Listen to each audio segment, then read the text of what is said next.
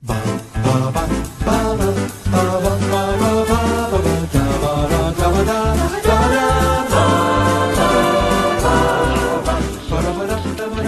ideas. You've just crossed over into the Twilight Zone.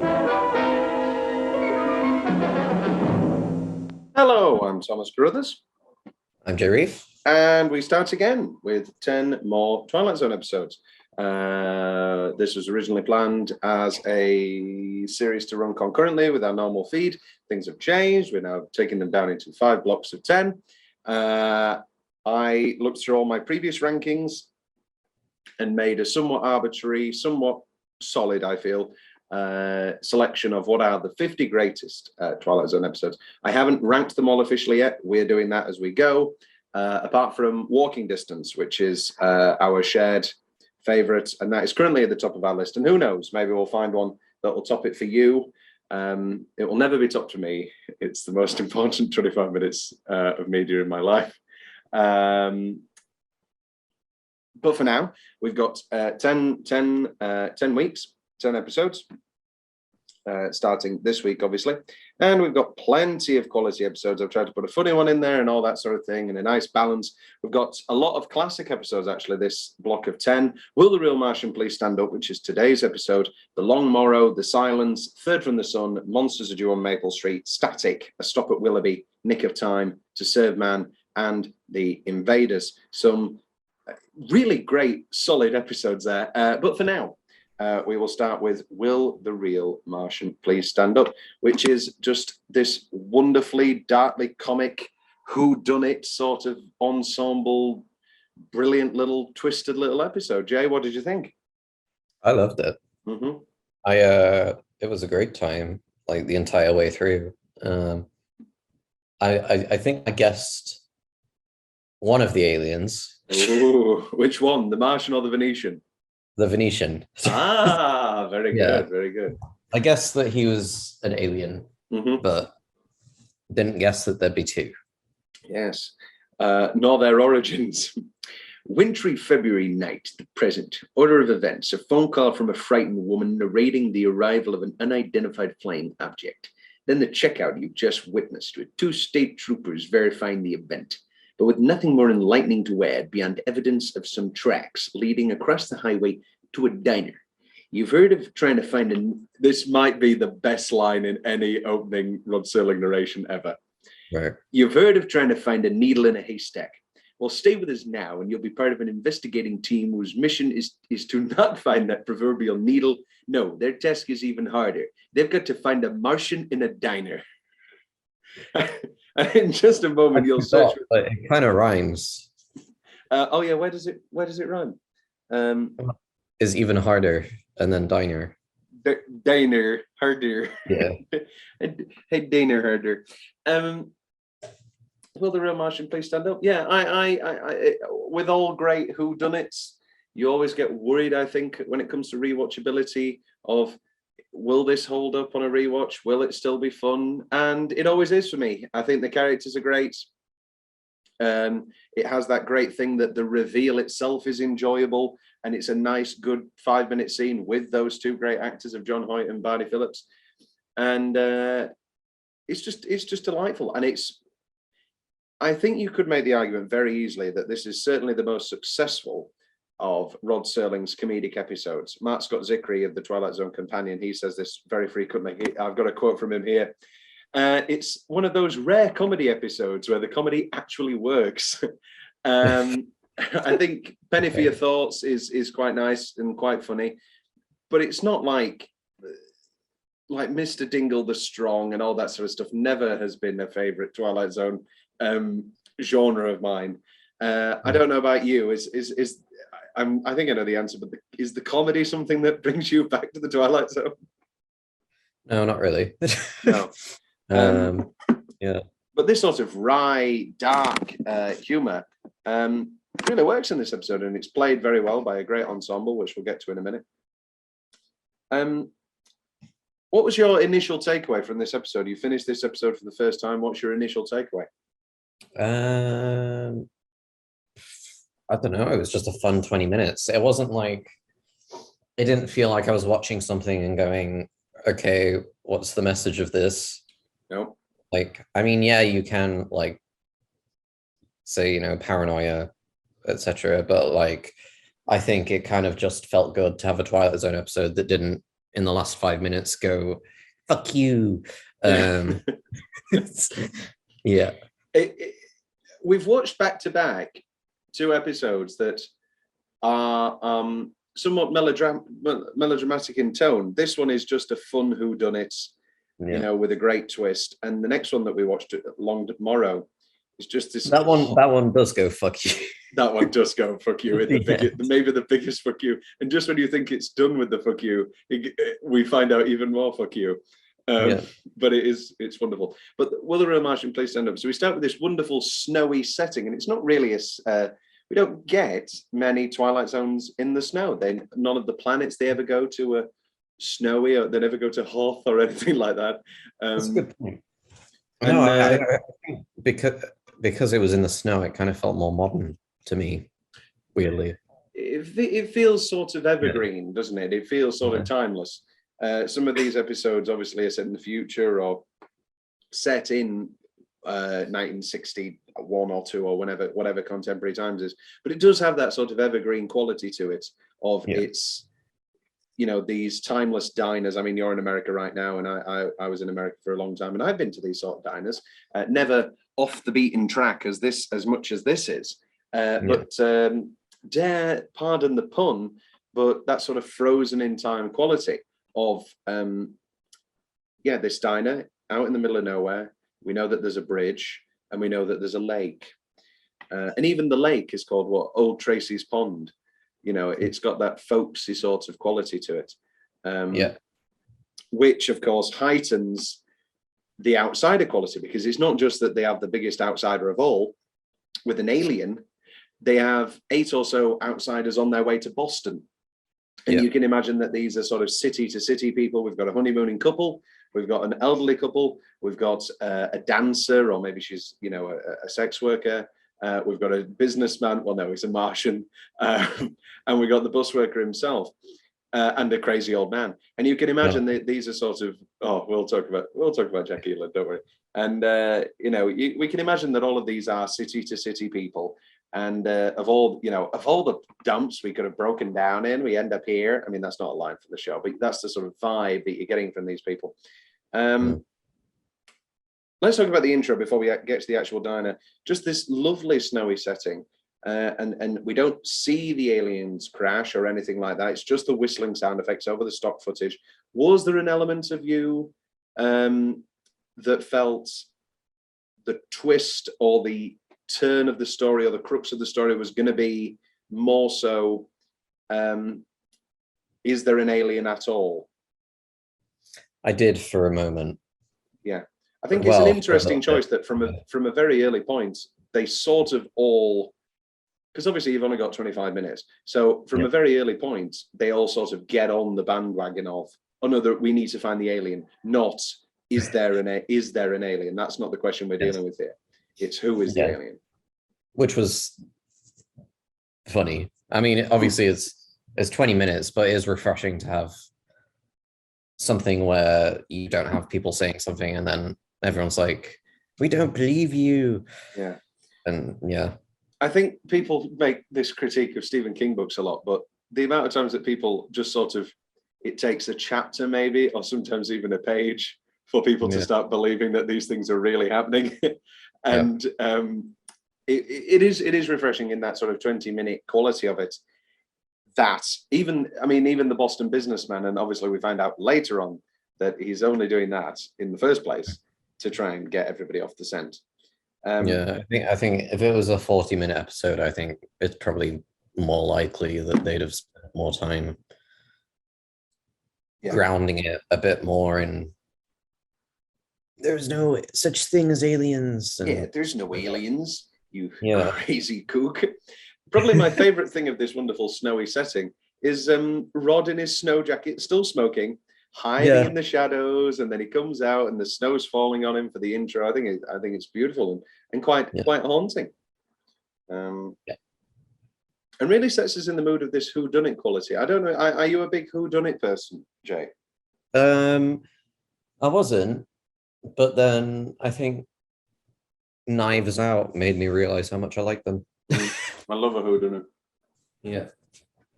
I love all the. I as a kid, we used to always watch the Marples and all that sort of thing, and all the Poirots. Right. And this is one of those great, sort of twisted whodunits of, we're not looking for a killer, we're looking for a alien. Let's talk about this cast of characters. Let's talk about this incredible cast of characters that we do have. I obviously have them here. Well, that's a lie, actually. I don't have them just yet. I have them here. There we go. You know what they need to sort out on IMDb?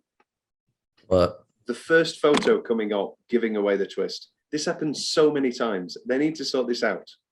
Yeah, there was like sometimes IMDb pages just spoil you in the synopsis as well. Yeah, it's no good. They need to sort it out.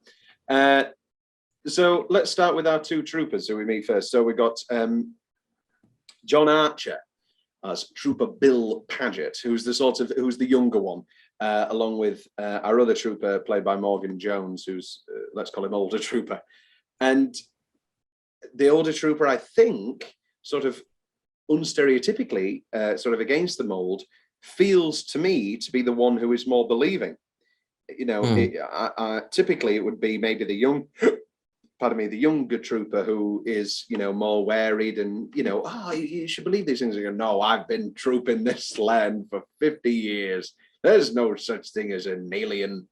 But that sort of shifted a little bit, and they're both kind of on the same level, which I think again is interesting. Yeah. John Archer, who is Anne Archer's dad, the wonderful Anne Archer from Fatal Attraction. Right. If you ever call my family again, I will kill you. It's very good. Here's a fun fact, Jay. John Archer changed his name. Do you want to know what he changed his name from? What did he change it from? John Bowman. Really? Very good, isn't it? Very good. Very Oh, good. wow. Very good fun fact. William Kiedis as our bus driver, Bill. Very nice little romance. Maybe romance is strong, but a little flirtation begins with him and Jean Wiles as the sort of dancer, or maybe she's a prostitute. I think that's a nice sort of, and again, there's not much time spent on it, obviously, but we cut back from the break and they're now sat on the same table and they're talking, where we had the lovely bit of, she was on the bus. I remember her, I noticed her. Oh, hey, look at those legs. I lead now with a question. Did you have a favorite member of the ensemble, Jay? Well, it was obviously the crazy old man. It was obviously Jack Elam as Avery. Yes, wacky, wacky. Straight off the set of Twin Peaks. Very spooky in Twin Peaks, yes. Very funny as well. For a good 5-6 minutes, he's silent at the diner table, shall we call it? And you think, oh, who's that mysterious man? And then he turns around, oh, and I talk like this, and everything I say is a joke. And for the most part, they're pretty funny. And he's just a wackadoo.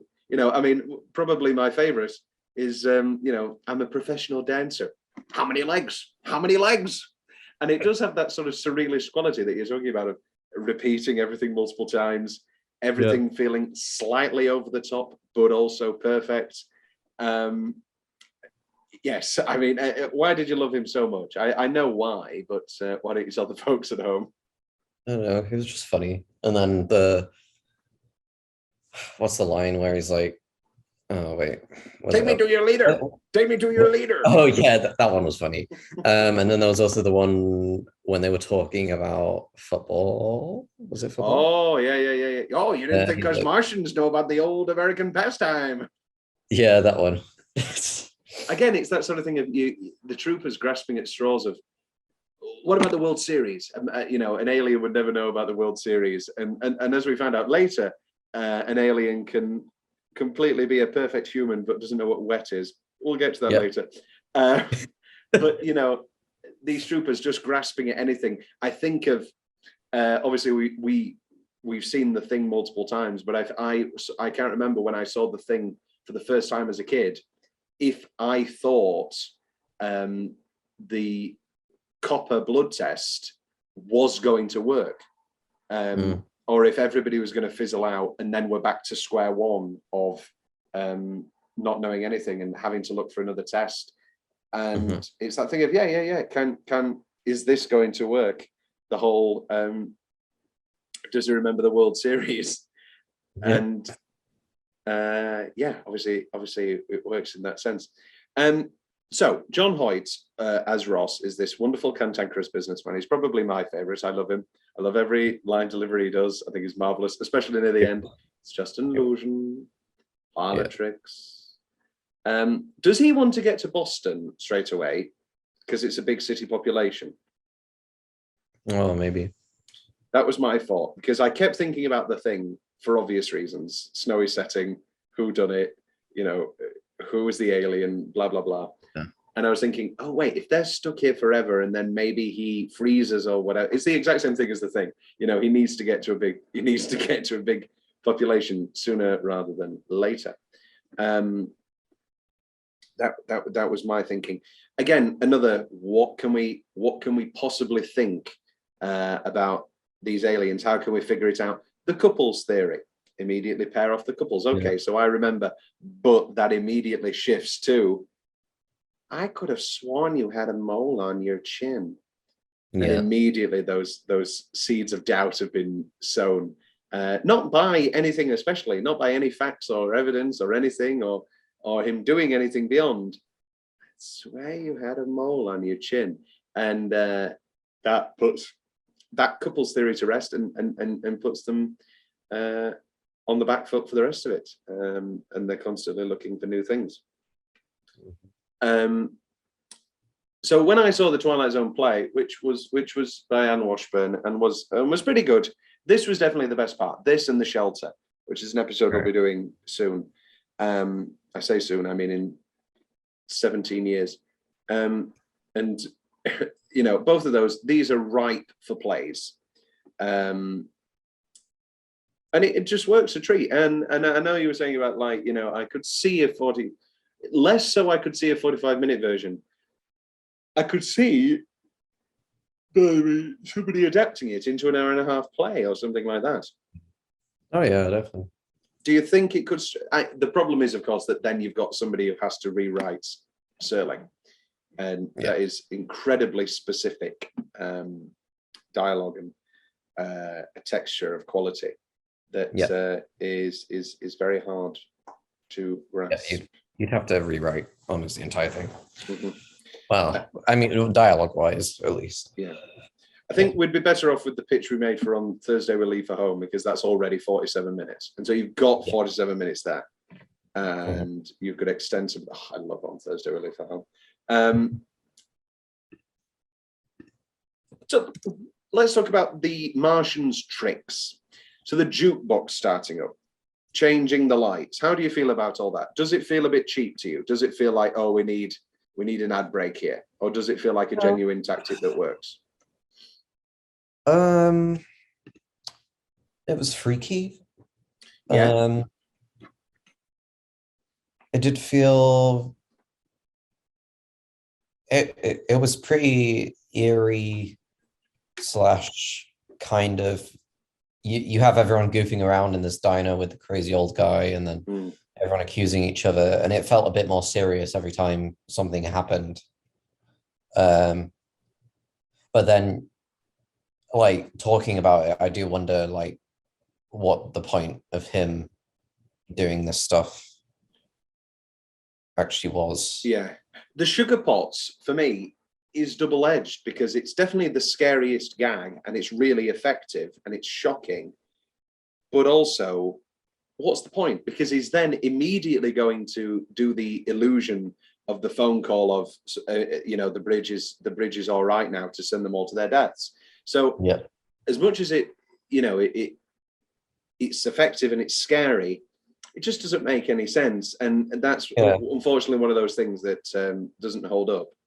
And maybe it's one of those things like maybe it's a step too far as well, that he smashes all these sugar things and then they're all fine and leave the diner anyway. Yeah. Yeah. Maybe he was doing that to get them to leave, you know, let's get out of here. But also they all want to leave anyway. Yeah. I love that the Venus alien is called Halley's Comet. I think, you know, he's like, what's an Earth name? And that maybe there was a comet and they were like, oh, they must have named that after an Earth thing. It's a good job he didn't go, hello, my name is Comet. Great dialogue. You know, we can't hold somebody on suspicion of being a monster. And it's one of those things of you get to a point and you go, oh, wait, what are we doing? Aliens aren't real, you know, in this reality. Yeah. I mean, can't keep people here. How would they explain it to the rest of the police department if they did find the alien? Yeah. The county engineer calling about the bridge being fine, and then everybody's, you know, and then I love Barney Phillips' send off. Now you all come back, you're here. That is all but one of you. Then immediately starts going into, so you had the chili, and you know, it's 1962. So he goes, you had the chili, that's 1 cent, you know, and you had 14 cups of coffee, so that's $1.40. I hope that was one of the couples. 14 cups of coffee. How long were they there? Let's stretch it. Say they were there an hour. Yep. It's a lot of coffee.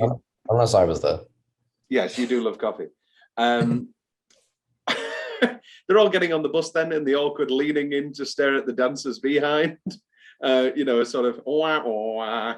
It feels very cute, and yeah. I want to know if that was in the script or whether that. So this is directed by Montgomery Pittman, who is one of the only Twilight Zone directors who wrote and directed his own Twilight Zone episodes. Here, he's working off a Serling script.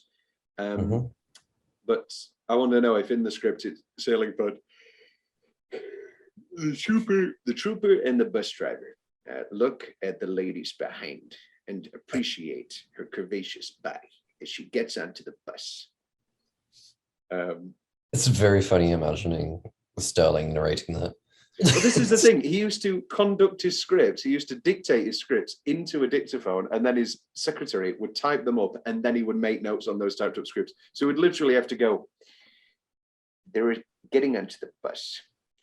They all get on one by one. They're all anxious. Then the dancer comes on. Good God, she's got legs for days. They have to look at her behind. And then suddenly the tone changes completely. It all becomes very eerie, becomes very dark, and the jukebox is playing this melancholic thing. And suddenly John Hoyt is walking through the snow, and he comes back, and it's all very unsettling, and it's completely different. And then we hear that the bus crashed and everybody died. And I mean, I don't forget anymore because I watched it an abundance of times, but I remember rewatching it after a while and going, oh yeah, they did all die. It's very dark. Throwaway line. Yeah. I forgot about it until just before the podcast. Yeah. And then obviously the giveaway, oh, you'll survive, but you're not even wet. Wet? What's wet? Which is a great line, but doesn't make any sense. He can be a full businessman and know the intricacies of all these sort of things and deliver all these things, but he doesn't know what wet is. No, he's never had a shower. He's never. Yeah. Well, I mean, he did just drive. Wait, I can't remember. Where did he crash? He crashed into the lake, but he'll have probably clambered out with his 3 hands and never crashed. Right. It is it's just a touch ridiculous. Yeah. It's just like, okay, so it's a great line. But later I prefer, you know, don't you enjoy what you call music? You know, let's have some what you call music. I like that. And then it should instead be wet. Oh yes, what you call wet when water is on the body. No, this is why people shouldn't. This is why I'm bad. Illusion, it's all just an illusion. Like that jukebox, that's an illusion too. Parlor tricks. He knows what a parlor trick is, but he doesn't know what the concept of wet is. That's beside the point. The choreography of the hands is brilliant. Then we get this great reveal, obviously, that he's three-handed. The choreography of the hands is really, really good. I mean, there is a little moment where you see the third hand trying to grab the coffee cup, and he's like looking for it. And then later, when he's got the coffee cup, you know, and he's leaning into the cup a little bit. But overall, it's just a really neat, simple trick, and it's effective, and the choreography is beautiful, and all that sort of thing. I think it's more effective than the eye. The eye looks a little bit, you know, plastered on. I mean, it's still a great reveal. Oh my God. It's still a great reveal, obviously, that, you know, underneath the hat, he's had this eye the whole time. But I prefer the hands. I think it's a little bit, you know, great. And then obviously the Haley reveal, you know. It's funny that they both had 3 of something. Well, yes, and then Serling realizes this, and you can kind of hear him say it, realizing it. And he, you know, in the end, you know, if either of these two entities walk into your premises, you know, oh, sorry, incident on a small island to be believed or disbelieved. However, if you're a sour-faced dandy named Ross, or a big good-natured counterman who handles a spatula as if he'd been born one with his mouth, if either of these two entities walk into your premises, you'd better hold their hands, all 3 of them, or check the color of their eyes, all 3 of them. The gentleman in question might try to pull you into the Twilight Zone. It kind of feels like, oh damn, it is all 3s, isn't it? Damn it, I didn't realize. Haley, I love Haley's dialogue. You know, we folks on Venus had the same idea. Oh, you know, it's great. Yeah, and I really think I ought to tell you now that your friends aren't coming. They've been intercepted. Oh, there is a colony coming, but it's from Venus. Lovely, great stuff, great stuff. And yeah, no, and that is, will the real Martian please stand up? Can we talk briefly about how maybe the best part of the entire episode is that great name? What a funny, great name. Yeah. What, the name of the actual episode? Yeah, the name of the episode, will the real Martian please stand up? Yeah. And again, it sort of perfectly sets you up for the dark comedic tone. Yeah. A few facts. The first draft was originally titled Night of the Big Rain. The second draft was entitled Nobody Here But Us Martians. Ended up with the right title. Yes. On the bus, it's a Cayuga bus company, which is Cayuga was the Rod Serling Cayuga production company. Oh. No cameo there. And the band Rush apparently had a song on their album entitled The Twilight Zone. The episode, and the lyric includes, beneath his hat, the strangeness lies. Take it off. He's got 3 eyes. Not the best I've ever heard. Get a couple of comments from Gary Gianni, pardon me, author of Fantastic Television, who did a commentary on the disc. He posits, you know, he talks about how at this time, Martians is just a notion of aliens. Instead of, you wouldn't say aliens really, you would just say Martians. He calls the episode, says the episode has a curious sense of humor, which I think is a good way of describing it. You know, and he describes it as even a perverse story that even Ray Bradbury would have enjoyed. Hell, he is even mentioned in it. There is the great bit where Jack Elam goes, she's a real Ray Bradbury. And obviously Ray Bradbury would write the episode I Sing the Body Electric. Mark Scott Zickery, the author of the Twilight Zone Companion, one of the great Twilight Zonian heralders and lecturers and all that sort of thing. He talks about how Jack Elam was only 40 years old, so that's all dyed hair. Originally he was black, and old age makeup by William Tuttle, who did the eye. And originally the eye was wired, so it would move, but they had some trouble with it, and so you can't really see it. Even on the Blu-ray, you can't really see it. And So how do you feel about this? The outline for the original episode had the diner owner taking in a stray dog. Sound familiar?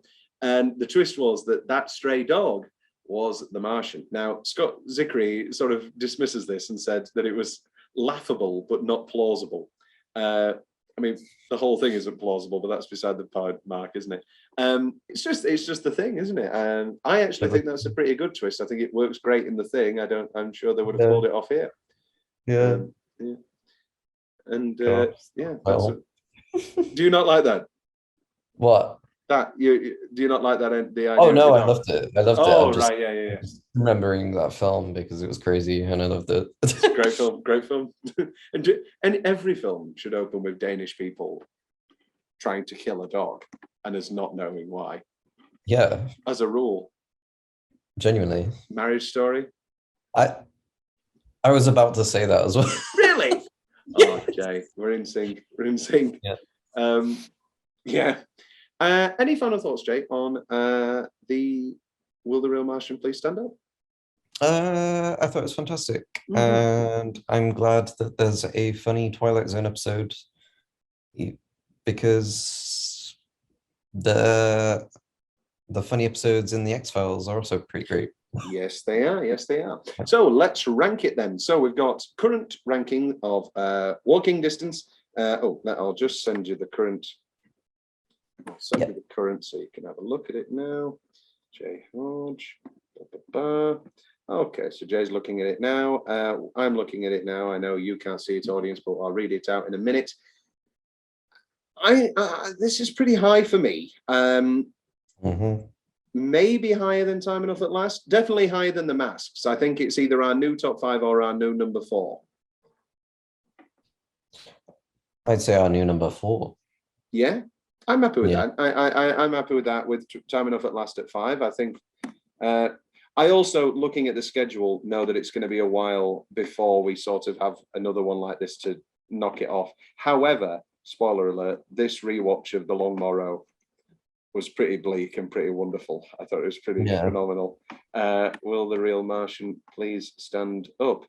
Okay, so of course, as we go up to 50, this becomes a longer process. But for now, we have Walking Distance at number 1. It's a Good Life number 2. On Thursday, We Leave for Home 3. Will the Real Martian Please Stand Up 4. Time Enough at Last. The Masks. Nightmare at 20,000 Feet. Perchance to Dream. People Are Alike All Over. Where Is Everybody? Long Live Walter Jameson. And down at the bottom, In Praise of Pip. Lovely episode. We will be back next week with The Long Morrow, an episode from Series 5.